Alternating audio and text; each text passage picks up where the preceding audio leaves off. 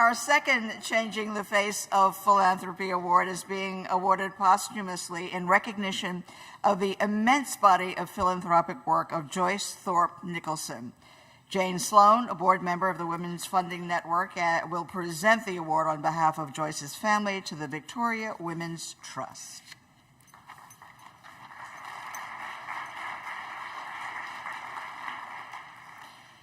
Joyce Thorpe Nicholson passed away at the start of this year.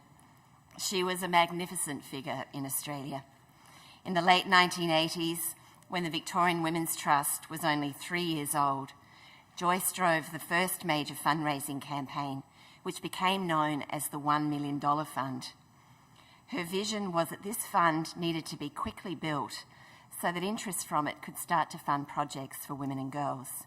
Joyce was in fact the first voluntary appeals director. Her vision has been validated by the fact that this fund, along with annual donor contributions, has to date enabled nearly 400 project grants to be made. Joyce also believed in giving while she lived. She put her fundraising money where her mouth was, and she made significant personal donations.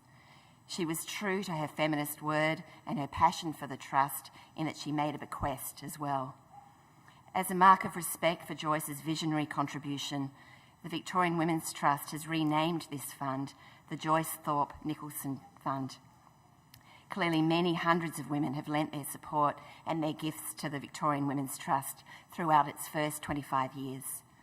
However, Joyce's legacy lies in the fact that she, in particular, made the $1 Million Fund a reality and enabled the Trust to start its programs early in its life, and consequently helped build the profile of the Trust, which in turn led many other women and men to support the organisation.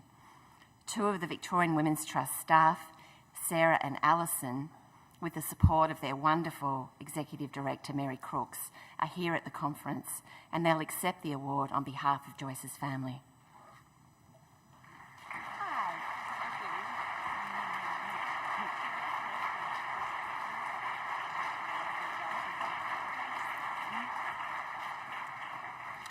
When I first met Joyce Thorpe Nicholson, she explained to me why she gave to the Victorian Women's Trust.